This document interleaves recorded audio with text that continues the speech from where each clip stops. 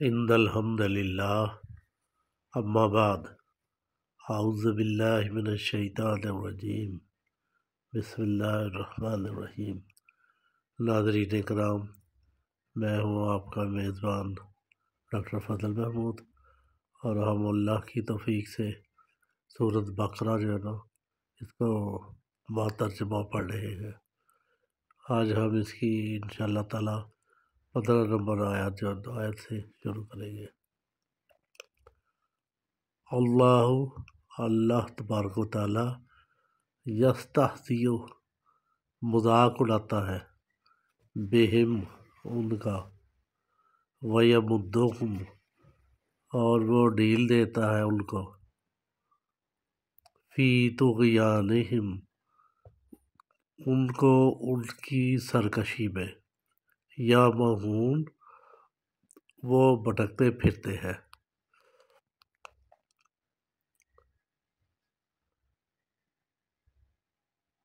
اولئک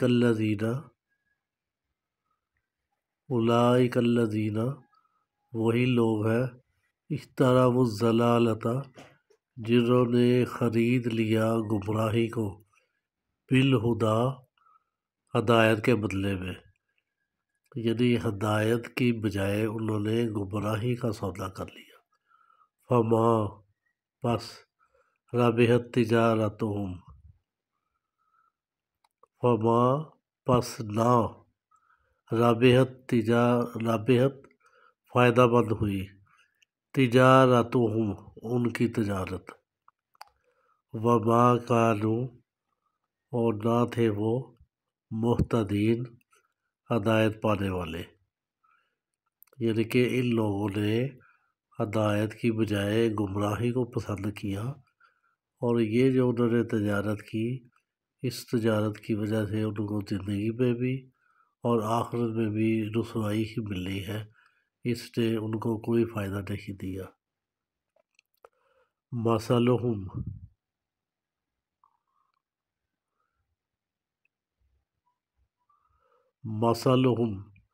مثال ان کی، کمثل الذی مثال اس جیسی ہے جس نے استوقد نارا جس نے جلائی آگ، فلما پس جب اضاءت ما حولہ اس نے روشن کر دیا ارد گرد کے ماحول کو، ذہب اللہ لے گیا اللہ تبارک و تعالی، بنورہم ان کی بینائی، ان کا نور، ان کی بصارت، وترکہم اور چھوڑ دیا ان کو، فی ظلمات اندھیروں میں، لا یبصرون نہیں وہ دیکھ پاتے۔ آج ہم نے یہ جو پڑھا ہے، اس میں اللہ تبارک و تعالیٰ ان کو جو ہے نا ان کی جو طغیانی ہے، ان کی جو سرکشی ہے، اللہ تعالیٰ ان میں ان کو ڈھیل دے کے نا، اللہ تعالیٰ نے ان کو ان کی سرکشی کو ان کے لیے بہترین بنا دیا ہے۔ وہ سرکشی میں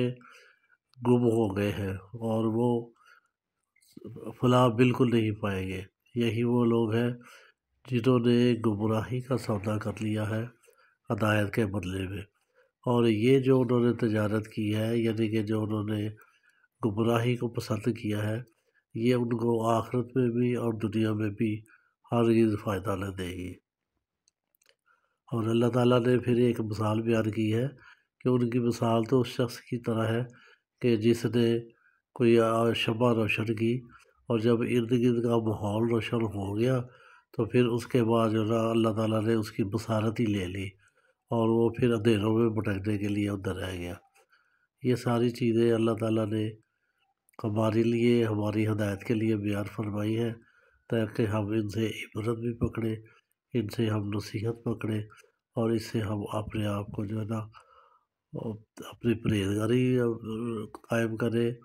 اپنی زندگی کو بہتر بنائیں، اور اپنے اعمال کی درستگی جو ہے نا اس کو لازم کریں۔ ناظرین،